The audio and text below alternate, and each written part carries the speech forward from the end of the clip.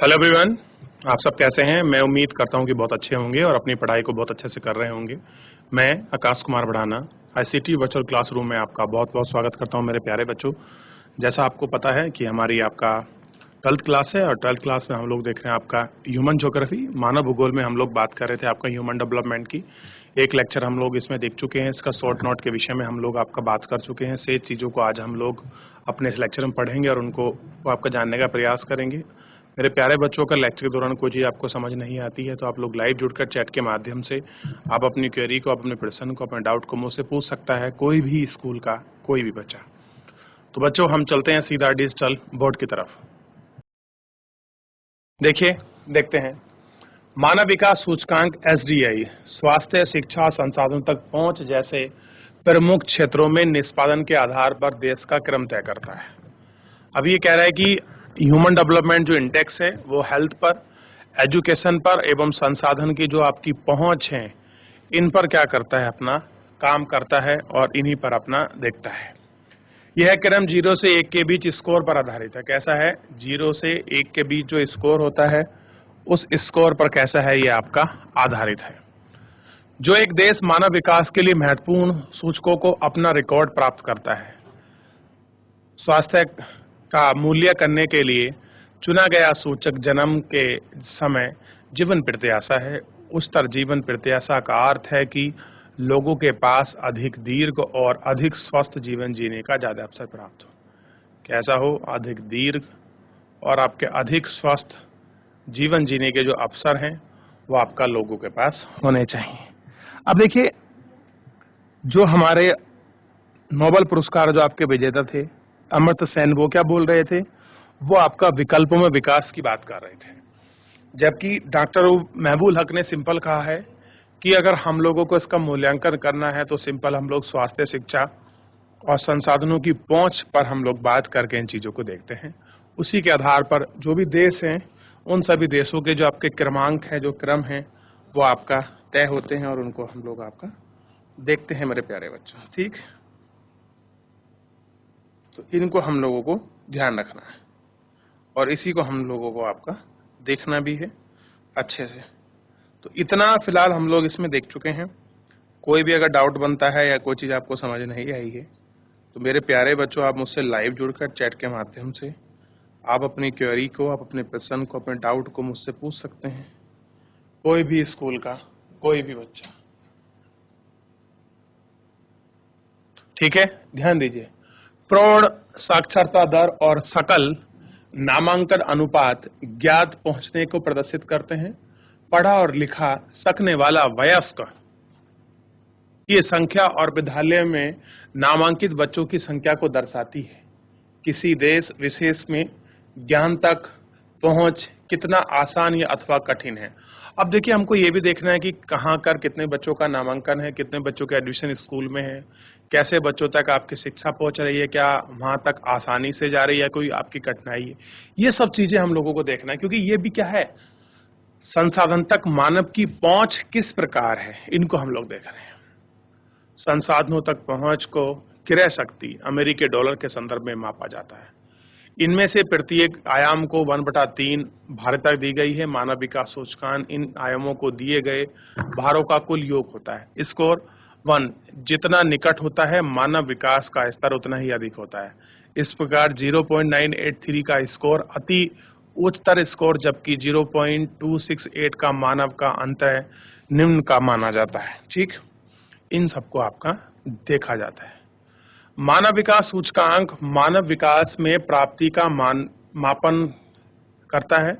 यह प्रदर्शित करता है कि मानव विकास के लिए प्रमुख और क्या उपलब्धि हैं, फिर भी यह सर्वाधिक विश्वसनीय मापक नहीं है। इसका कारण है कि सूचकांक का वितरण में संबंध में मौन कह रहे कि हम इसको हालांकि आपका विश्वसनीय मापक नहीं मानते, लेकिन फिर भी यह का है, यह आपका कुछ चीजों में आपका वितरण बहुत से चीजों हैं जिनमें यह आपका मौन रहता है, जिनमें यह आपका शांत बना रहता है। मानव गरीब सूचकांक मानव विकास सूचकांक से संबंधित है। यह सूचकांक मानव विकास की कमी आपका मापता है। एक बिना आय वाला माप है किसी प्रदेश के मानव विकास में कमी दर्शाने के लिए। 40 वर्षों की आयु दर जीवित न रह पाने में सभ्यता है। पूर्ण निरंतर दर, स्वच्छ जल तक पहुंच रखने वाले लोगों की संख्या, अल्प भाषा, छोटे संख्या, इनमें सभी गिनती हैं। मानव गरीबी का सूचकांक मानव विकास सूचकांक की अपेक्षा से कहीं अधिक घटता है। मानव विकास के इन दोनों मापकों का संयुक्त अवलोकन किसी देश में मानव विकास की स्थिति का यथार्थ चित्रित आपका प्रदर्शित करता है। क्या करता है? यथार्थ जो आपका चित्र है वो आपका प्रदर्शित करता है। मानव विकास को मापने की विधियां निरंतर परिष्कृत हो रही हैं और मानव विकास के विभिन्न तत्वों को ग्रहण करने की न्यूनतम विधि का अनुसंधान हो रहा है। शोधनकर्ताओं ने किसी भी क्षेत्र विशेष में भ्रष्टाचार के स्तर एवं राजनीतिक स्वतंत्रता के बीच संबंध को ज्ञात किया है। राजनीतिक स्वतंत्रता सूचकांक और सर्वाधिक भ्रष्ट वाले देश की सूचीकरण पर आपका चर्चा हो रही है। क्या आप मानव विकास के स्तर के संबंध के बारे में सोच सकते हैं? क्या आप बता सकते हैं कि मानव अगर कहीं पे आपका पॉलिटिकल स्ट्रक्चर आपका ठीक है, कोई कंट्री आपका भ्रष्ट है, ये सारी चीजें हैं, तो ये कहीं ना कहीं आपका ह्यूमन डेवलपमेंट इंडेक्स की जो रैंकिंग है उसको तो इफेक्ट आपका करेंगी, साथ में देश के डेवलपमेंट और मानव विकास के में एक एक गैप सा जो है आपका बन जाता है और आप इसको इसमें भी आपका देखेंगे और आपका समझेंगे। अब थोड़ा हम लोग आपस में कंपैरिजन करेंगे। अंतर्राष्ट्रीय को जो आपका तुलना है, इनको हम आपस में कंपैरिजन करके इनको देखेंगे कि अंतर्राष्ट्रीय स्थिति भारत की स्थिति से आपका किस प्रकार मिलती है। इन सभी पर हम लोग जो है आपका बात करने वाले हैं, इन सभी को हम लोग आपका देखने वाले हैं। ठीक, ये हमको देखना।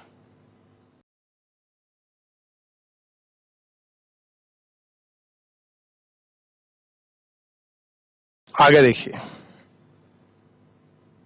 मानव विकास की अंतर्राष्ट्रीय तुलना रुचिकार है। प्रदेश के आकार और प्रति व्यक्ति आय मानव विकास से प्रत्यक्ष संबंध नहीं है। कह रहे जो प्रदेश का जो आकार है, साइज है, किस प्रकार का ग्रोथ है, डेवलपमेंट है, रिसोर्सेज है, इससे जो मानव की इनकम है उसका डायरेक्ट कोई आपका संबंध नहीं है। प्रत्येक मानव विकास के बड़े देश की अपेक्षा छोटे देशों का कार्य बेहतर रहा है। मानव इस प्रकार मानव विकास के अपेक्षाकृत निर्धन राष्ट्रों का कोटि क्रम में धनी पड़ोसी का ऊंचा रहा है। उदाहरण के तौर पर अपेक्षाकृत छोटी अर्थव्यवस्थाएं श्रीलंका, टिंटेना टिम्बोगो मानव विकास सूचकांक से ऊंचा है। इस प्रकार हम प्रति व्यक्ति आय के बावजूद मानव विकास में केरल का प्रदर्शन पंजाब और गुजरात से कहीं बेहतर है।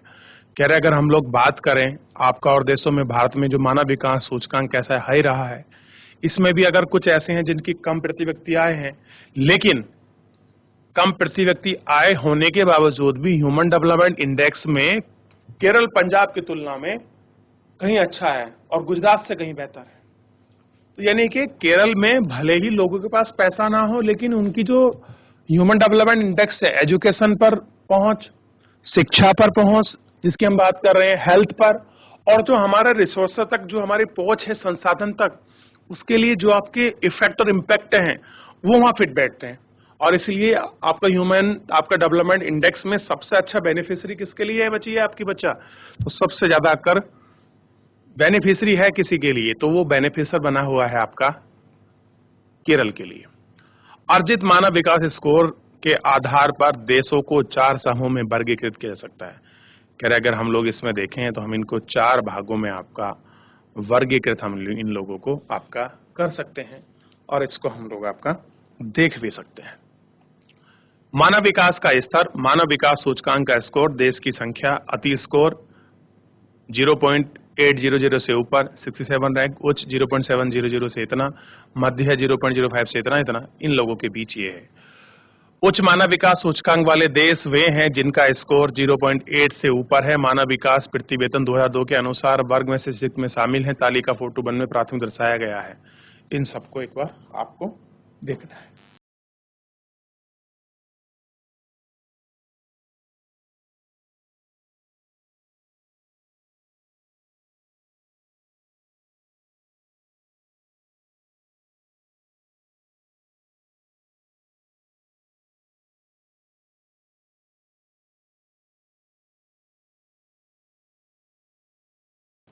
आगे बढ़ेंगे और एक एक करके हम इन सारी चीजों को आपका देखेंगे और सब पे हम लोग आपका गौर भी करेंगे। अब हम लोग इसमें बात करें सर्वोच्च, यानी कि उच्च मूल्य विकास सूचकांक वाले 10 देश, यानी कि टॉप ऐसी कंट्री हैं जिनका ह्यूमन डेवलपमेंट सबसे हाई है पूरे वर्ल्ड में। Norway, Iceland, Switzerland, Hong Kong, Iceland, German, Sweden, Australia, Netherland और आपका डेनमार्क। ये ऐसी कंट्री है मेरे प्यारे बच्चों जिनका आप रेट देखेंगे ह्यूमन डेवलपमेंट में इंडेक्स में टॉप 10 में आते हैं। यानी सिंपल सा मतलब है यहाँ शिक्षा, स्वास्थ्य और संसाधन तक पहुंच कोई बहुत बड़ी बात है ही नहीं है। देखिए एक बार इन सारे इंडेक्स को आप लोग गौर से देखिएगा, फिर हम इसमें एक एक करके आपका शहरों की बहुत अच्छे से आपका बात करेंगे। देखिए इनको मानव विकास सूचकांक में आपका 53 देश सम्मिलित हैं। आप पाएंगे कि शिक्षा स्वास्थ्य सेवाओं को उपलब्ध कराना सरकार की महत्वपूर्ण प्राथमिकता है। कैसी है? सरकार की आपका महत्वपूर्ण प्राथमिकता है। यह जानना महत्वपूर्ण है कि उच्चतर मानव विकास वाले देश वे हैं जहां सामाजिक खंडों में बहुत मानव विकास वाले देश हैं, जहां सामाजिक खंड में बहुत निवेश हुआ है। लोगों और सुशासन में उच्चतर निवेश ने इस वर्ग के देशों के लिए अन्य देशों से सर्वथा अलग कर दिया है। यह ज्ञात करने का प्रयत्न कीजिए कि देश की आय का कितना प्रतिशत इन सेक्टरों में खर्च हुआ है। कह रहे कितनी प्रतिशत हिस्सा ऐसा है जो इन सेक्टरों में आपका खर्च हुआ है। क्या आप कुछ अन्य लक्षणों के बारे में भी सोच पाएंगे जो इन देश में समान है? कह रहे जो इन देश से आपके समान है। आप देखेंगे कि इनमें से अनेक देश पूर्व राज्य शक्ति रही हैं। इन देशों में सामाजिक विविधता की डिग्री उच्च नहीं है। मानव विकास सूचकांक स्कोर वाले पूरे देश यूरोप में अवस्थित हैं और औद्योगिकीकृत पश्चिमी विश्व का प्रतिनिधित्व करते हैं। फिर भी गैर यूरोपीय देशों की संख्या आश्चर्यचकित करने वाली है। इनमें इन स्थान को सूची बना दीजिए। स्थान देखिए, मानव विकास के मध्य स्तर वाले देशों का वर्ग विशालतम है। मध्यमान मानव विकास का वर्ग के कुल 37 देश हैं। इनमें से अवधि अधिकांश देशों का विकास द्वितीय विश्व युद्ध के बाद अवधि में हुआ है। इस वर्ग में कुछ देश पूर्वकालीन उपनिवेशिक थे, जबकि अन्य देशों का विकास 1990 ईस्वी के तत्कालीन सोवियत संघ के विघटन के पश्चात हुआ है। देखिए 1990 में क्या हुआ था, आपका यूएसएसआर जो था सोवियत संघ आपका अलग हुआ था। इनमें से अनेक देश अधिकांश लोकामुखी नीतियों को अपनाकर तथा सामाजिक भेदभाव को दूर करके तेजी से मानव विकास स्कोर में सुधार कर रहे थे। इनमें से अधिकांश देशों में उच्चतर मानव विकास का स्कोर वाले देशों की तुलना में सामाजिक विविधता पाई जाती है। इन वर्गों में अनेक देशों में अभिनव इतिहास में राजनीतिक स्थिरता और सामाजिक विद्रोह का सामना किया है। मानव विकास निम्न स्तर वाले देशों की संख्या 33 है। इनमें से अधिकांश छोटे देश हैं जो राजनीतिक उपद्रव, गृह युद्ध के रूप में सामाजिक अस्थिरता, अकाल अथवा बीमारी की घटनाओं के दौर से गुजर रहे हैं। सुविचारित नीतियों के मध्य से इस वर्ग में देश का मानव विकास की आवश्यकता का आपका तत्काल आवश्यकता है। कैसी है आपकी तत्काल आवश्यकता है।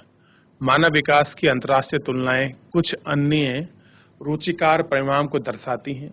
लोग मानव विकास में निम्न स्तरों के लिए संस्कृति को दोष देते हैं। उदाहरणार्थ, देश में मानव विकास इसलिए कम हुआ है क्योंकि लोग गैर धर्म का अनुसरण करते हैं अथवा गैर धर्म द्वारा ऐसे वक्तव्यों को शांतिभृतपूर्ण है। एक प्रदेश में मानव विकास के निम्न अथवा उच्च स्तर को क्यों दर्शाता है, यह समझने के लिए सामाजिक सेक्टर पर सरकारी व्यय के प्रतिरूप का देखना या जानना महत्वपूर्ण है।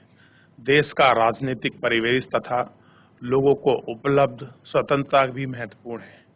मानव विकास के उच्च स्तरों वाले देश का सामाजिक सेक्टरों में अधिक निवेश करते हैं। राजनीतिक उपद्रव और अस्थायी स्वतंत्रता के लिए इन देशों में संसाधनों का वितरण भी अपेक्षाकृत समान है। दूसरी ओर मानव विकास के निम्न स्तर वाले देश सामाजिक सेक्टरों की बजाय प्रतिरक्षा पर अधिक व्यय करते हैं। यह दर्शाता है कि देश राजनीतिक अस्थिरता वाले क्षेत्रों में पड़ते हैं त्वरित आर्थिक विकास का प्रारंभ करते हैं। कैसे पढ़ते हैं? आपका जो त्वरित आपका विकास है उनमें आपका प्रारंभ नहीं करते। तो देखिए चैप्टर जो है हमने पूरा समाप्त कर लिया है। इस चैप्टर में अगर कोई चीज़ आपको समझ नहीं आई है तो आप मेरे को समझा सकते हैं, देख सकते हैं और इसको पढ़ भी सकते हैं, ठीक है, कि क्या क्या चीज़ हैं और आपका किस तरह से आप इनको देख रहे हैं, आप इनको समझ रहे हैं।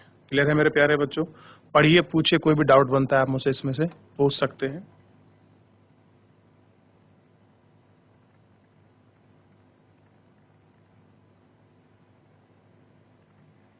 चलिए थोड़ा ये देखिए, आय उपागम, यह मानव विकास के सबसे पुराने उपागम में से एक है। इसमें मानव विकास को आय के साथ जोड़कर देखा जाता है। विचार यह है कि आय का स्तर किसी व्यक्ति द्वारा भोगी जा रही स्वतंत्रता के स्तर को परिलक्षित करता है। आय का स्तर ऊंचा होने पर मानव विकास का स्तर भी ऊंचा होगा। कल्याण उपागम, थोड़ा कल्याण उपागम को देखते हैं। यह उपागम मानव को लाभार्थी अथवा विकासात्मक गतिविधियों के लक्ष्य के रूप में देखते हैं।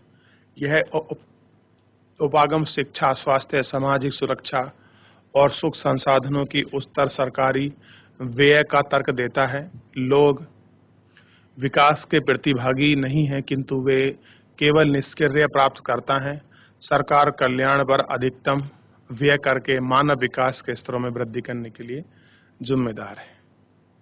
आधारभूत आवश्यकता उपागम, इस उपागम को मूल रूप से अंतर्राष्ट्रीय श्रम संगठन ने प्रस्तावित किया था। इसमें 6 न्यूनतम आवश्यकता जैसे स्वास्थ्य, शिक्षा, भोजन, जलापूर्ति, स्वच्छता, आवास की पहचान की गई थी। इसमें मानव विकल्पों के प्रश्न की उपेक्षा की गई है और परिभाषित समूह को मूलभूत आवश्यकताओं के स्वास्थ्य पर जोर दिया गया है। क्षमता उपागम, इस उपागम का प्रोफेसर मत सेन से है। संसाधनों तक पहुंच के क्षेत्र में मानव क्षमताओं का निर्माण बाधा समय मानव विकास की कुंजी है। ठीक, इसको हम लोग आपको देख चुके हैं। आपको दिखाई देगी कितना, अखबार की 2006 की कटिंग आपको दिखाई देगी। पढ़िए, किसी कुछ पूछना पूरे चैप्टर में से? चलिए, अगर कुछ नहीं है तो हम चलते हैं सीधा इसके प्रश्न उत्तरों की तरफ।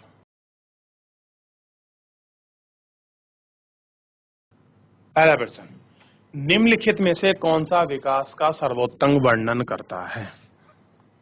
क्या करें? निम्नलिखित में से कौन सा विकास का सर्वोत्तम वर्णन करता है? बताइए, कौन सा सही आपका वर्णन करता है?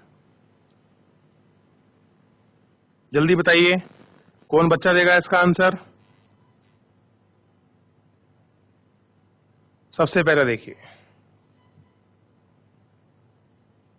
गुण में धनात्मक परिवर्तन इसका आंसर होगा। कॉपी करें इसको, कॉपी करिए। फिर हम लोग जो हैं अगले प्रश्न पर आपका बढ़ चलेंगे और अगले प्रश्न को गौर करके देखेंगे। देख लिए बच्चों?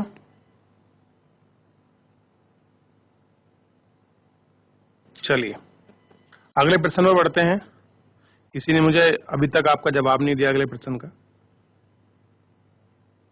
फिर भी मैं आपको बता देता हूं मेरे प्यारे बच्चों, बहुत अच्छे से आप इसको समझिए। मानव विकास की अवधारणा निम्नलिखित में किस विद्वान ने दी? तो बड़ा सरल और सिंपल आंसर है बच्चों इसका, तो आपको पता होना चाहिए। डॉक्टर महबूब उल हक। कौन है? डॉक्टर महबूब उल हक। पढ़ लिया? चलिए अगला प्रश्न पर आप लोग ध्यान दीजिए सभी, और इसको मेरे को बताइए। मैं दिखाता हूं आपको। अगला प्रश्न है, मानव विकास के 3 मूलभूत क्षेत्र कौन से हैं?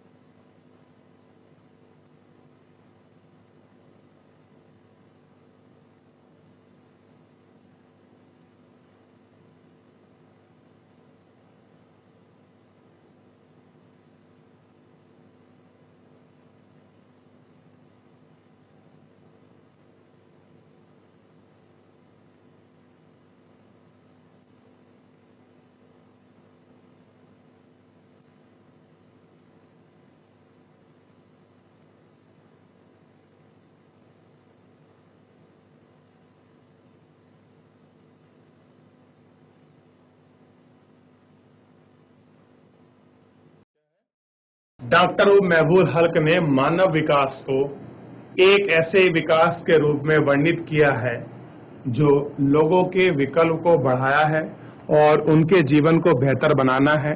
मानव विकास के 3 बुनियादी क्षेत्र हैं। स्वास्थ्य तक पहुंच के लिए किया गया, जन्म,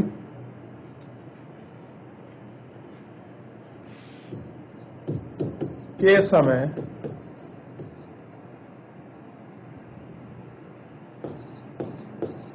उच्च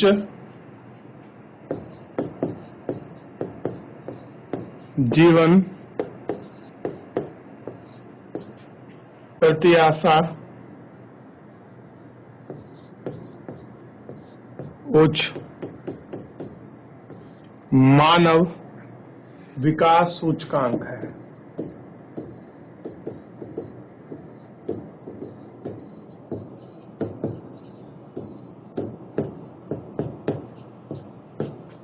क्या है? उच्च मानव विकास सूचकांक है।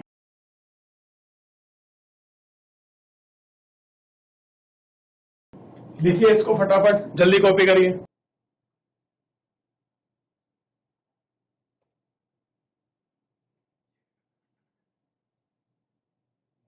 लिखिए इसको।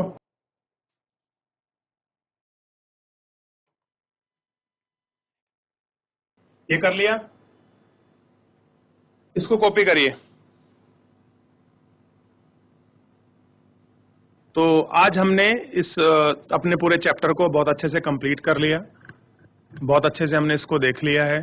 हम इसके प्रश्न उत्तर को शुरू कर रहे हैं और अभी इसका पहला प्रश्न उत्तर ही जो उत्तर है वो अभी शेष है, क्योंकि समय कम है बच्चों। समाप्त हो रहा नेक्स्ट आपका लेक्चर है, तो कल हम लोग इसका शेष जो आपका पार्ट बचा उसको देखेंगे और जो आगे के प्रश्न उनको करेंगे। तब तक आप चैप्टर को रिवीजन करिए। कोई डाउट बनता है मुझसे प्लीज जरूर पूछिएगा। तो आज के लिए इतना ही, मिलते हैं नेक्स्ट लेक्चर में। तब तक अपना ध्यान रखिए, स्वस्थ रहिए, अपनी पढ़ाई को बहुत अच्छे से करते रहिए। मुझसे जुड़ने के लिए आपका बहुत बहुत धन्यवाद।